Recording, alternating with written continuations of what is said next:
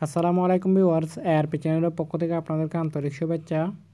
আজকের ভিডিওতে আপনাদেরকে দেখাবো কীভাবে আপনার মোবাইলের হোম বাটনটাকে আপনারা সেভ করবেন।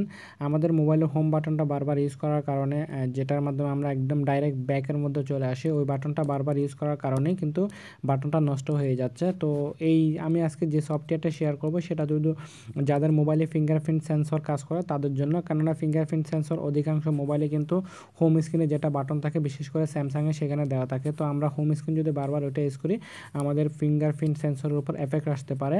তো যার কারণে আজকে টিউটোরিয়ালে আমি আপনাদেরকে এমন একটা অ্যাপ্লিকেশন শেয়ার করব যেটার মাধ্যমে আপনি ফিঙ্গারপ্রিন্টের অ্যাপ্লিকেশনটা যদি আপনার মোবাইল ইনস্টল থাকে তাহলে বারবার আপনার সেই বাটনটাকে ক্লিক করতে হবে, জাস্ট আপনি ফিঙ্গারপ্রিন্টের মাধ্যমে আপনি হোমে চলে আসতে পারবেন। অনেক দারুণ একটা অ্যাপ্লিকেশন। তো যাদের কাছে ফিঙ্গারপ্রিন্ট সেন্সর কাজ করে না তাদের জন্য আমি অনেক অ্যাপ্লিকেশন শেয়ার করছি। অ্যাসিস্ট্যান্ট টাচ নামের অনেক অ্যাপ্লিকেশন আমি শেয়ার করলাম। যদি আপনার সেই টিউটোরিয়ালগুলো প্রয়োজন হয় আমার ভিডিওগুলো চেক করবেন, অবশ্যই আপনারা সেখানে পেয়ে যাবেন। তো আজকের ভিডিওতে আমি যে অ্যাপ্লিকেশনটি শেয়ার করব সেটার নাম হচ্ছে ফিঙ্গারপ্রিন্ট কুইক অ্যাক্সেস। তো আপনারা গুগল প্লে স্টোরে চলে যাবেন, যাওয়ার পর এখানে আপনাদেরকে টাইপ করতে হবে PRINGER ফিঙ্গারপ্রিন্ট লিখতে হবে সম্পূর্ণ। আপনারা অল্প করে লিখলেও আপনাকে সাজেস্ট করবে। দেখেন আমি এতটুকু ফিঙ্গার লিখলাম, আমাকে সাজেস্ট করতে হচ্ছে আমি ফিঙ্গার লিখে সার্চ করলে কিন্তু চলে আসবে অ্যাপ্লিকেশনটা হয়তো বা। আর আমি পুরোটা লিখি তারপরে ভালো করে আসবে আর কি। পুরোটা লিখবো এখান থেকে ফিঙ্গারপ্রিন্ট, তারপর লিখব কুইক QUICK, জাস্ট এতটুকু লিখবেন। ফিঙ্গারপ্রিন্ট কুইক লিখলেও চলে আসবে অ্যাপ্লিকেশনটা। এই যে দেখেন এই অ্যাপ্লিকেশনটা ফিঙ্গারপ্রিন্ট কুইক অ্যাকশন, আর এটার লিঙ্ক আপনারা ভিডিও ডেসক্রিপশন বক্সে পেয়ে যাবেন, সেখান থেকে এটা আপনারা ইনস্টল করে নিতে পারেন। দেখেন আমি এটা অলরেডি ইনস্টল করে নিচ্ছি। খুবই ছোট্ট একটা অ্যাপ্লিকেশন, 1 MB থেকেও কম। তো সেজন্য এটা আপনার মোবাইলের র্যামের স্পেস নেবে না বা ফোন মেমোরির বেশি জায়গা নেবে না। তো আমি ইনস্টল করে নিচ্ছি, দেন সিম্পলি ওপেন করবেন। আপনার কাছে যদি মার্শম্যালো ভার্সনের মোবাইল হয় আপনাকে সেটা একেবারে আপনার অ্যাডমিনিস্ট্রেশন পারমিশন দিয়ে দিতে হবে।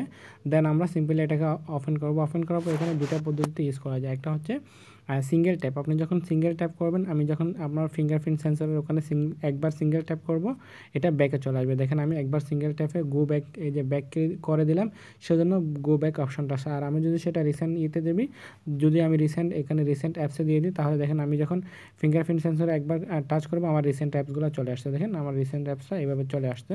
তো এভাবে আপনি সেটার মাধ্যমে রিসেন্ট অ্যাপসটা আপনি অন করে নিতে পারবেন। ওকে, তো আমি এটা ক্লোজ করে দিচ্ছি, আবার সেই অ্যাপ্লিকেশনটাতে চলে যায়। আসার পর এখান থেকে আমি সেটাকে ব্যাক করে দিলাম। তারপর ডবল ট্যাপ, আপনি যদি আপনার ফিঙ্গারপ্রিন্ট সেন্সরে যদি ডবল ক্লিক করেন তাহলে কোন অ্যাপ্লিকেশনটা ওপেন হবে সেটাও আপনি এখান থেকে সিলেক্ট করে দিতে পারেন। যেমন কি আমি ডবল ক্লিক করে আমাদের ডাইরেক্ট হোম বাটনে চলে আসবে। তো আপনি চাইলে এখান থেকে সেটা গো ব্যাক করে দিতে পারেন, যেটা আপনার প্রয়োজন। আমি হোম করে দেবো, মানে আমার ফিঙ্গারপ্রিন্ট সেন্সরে ডবল ক্লিক করলে, মানে দুইবার টাচ করলেই আপনার এখান থেকে এই হোম বাটনে চলে যাবে ডাইরেক্ট অটোমেটিক্যালি। আর এটার আপনার ইন্টারভাল টাইমটাও করে দিতে পারেন, আপনার কতবারের মধ্যে আপনি ডবল ক্লিক করলে আপনাকে সেটা ব্যাকে নিয়ে আসবে, সেটা আপনি এখান থেকে সেট করে দিতে পারেন।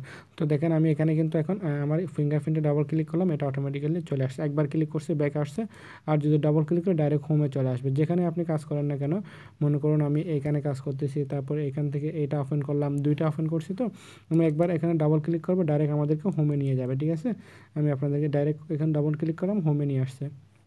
তো এই ছোট্ট অ্যাপ্লিকেশনের মাধ্যমে আপনি আপনার মোবাইলের হোম বাটনটা আপনি সেভ করতে পারবেন, যাদের কাছে ফিঙ্গারপ্রিন্ট সেন্সর আছে তারা।